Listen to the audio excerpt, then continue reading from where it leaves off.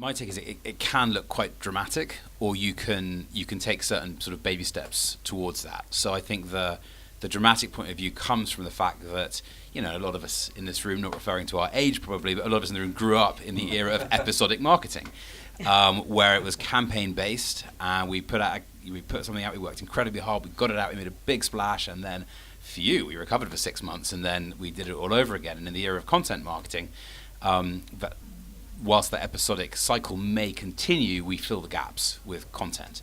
To do that from an organizational structure point of view does require a different setup. Also, I think we need to think about how audience first and customer centricity will drive change in teams, as what Harry was talking about in terms of legacy teams, because it is quite painful for legacy teams that have worked in a campaign mindset, or dare we say it in the digital age, in produce a PDF and a huge piece of research, and you know, all the effort goes into production and limited effort goes into actual distribution, which is where it should go.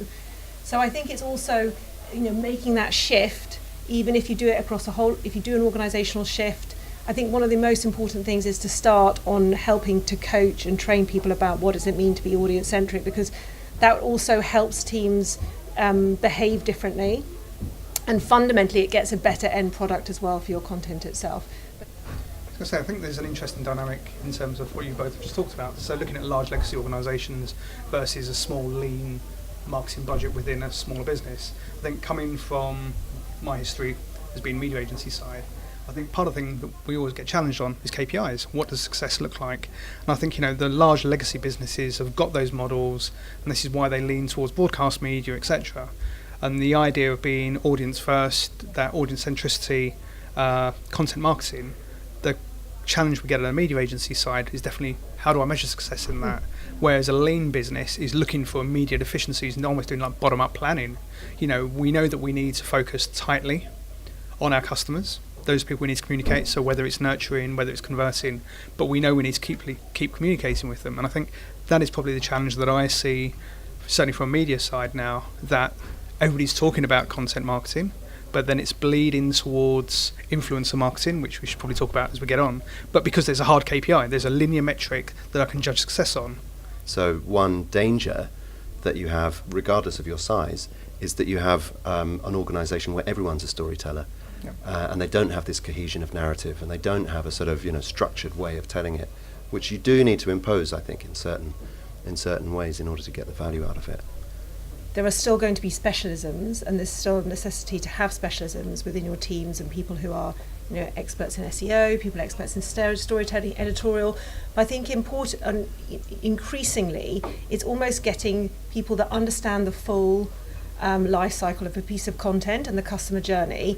They can still have their specialism, but I think having people who are also holistic at the way they look at things is really important. It's quite, and there are new skills coming up that are quite difficult to get in the market. But I think that's quite an aspiration that, from a content marketing perspective, we should really think of, because then you will get more value out of all this money that we're spending on content, because phenomenal amount of money gets put into it. And it's partly jumping on those 2 points. I think the notion of a content strategy or a content executional model can get glossed over.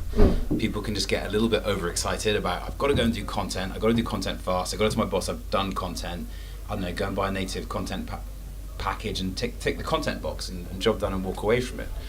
Well, slowly you find, because everyone can be a content creator, everyone does become a content creator, but then you have no continuation of narrative, or structurally in your organization it's just impossible to actually get anything done because everyone keeps tripping over one another. And I think as brands and as marketers, you know, no one really questions whether there should be a brand strategy or not. Of course there should be a brand strategy. I don't think enough people step back and say, well, actually, have I got a content strategy in place?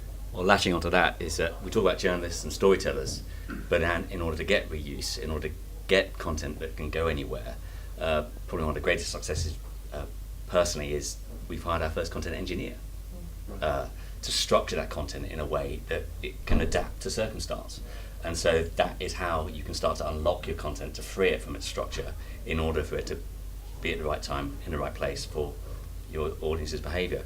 And so you've got storytellers on one side, but how do you unlock those stories per channel? And that requires a certain investment in different skill sets that many organisations don't really have or see a need for.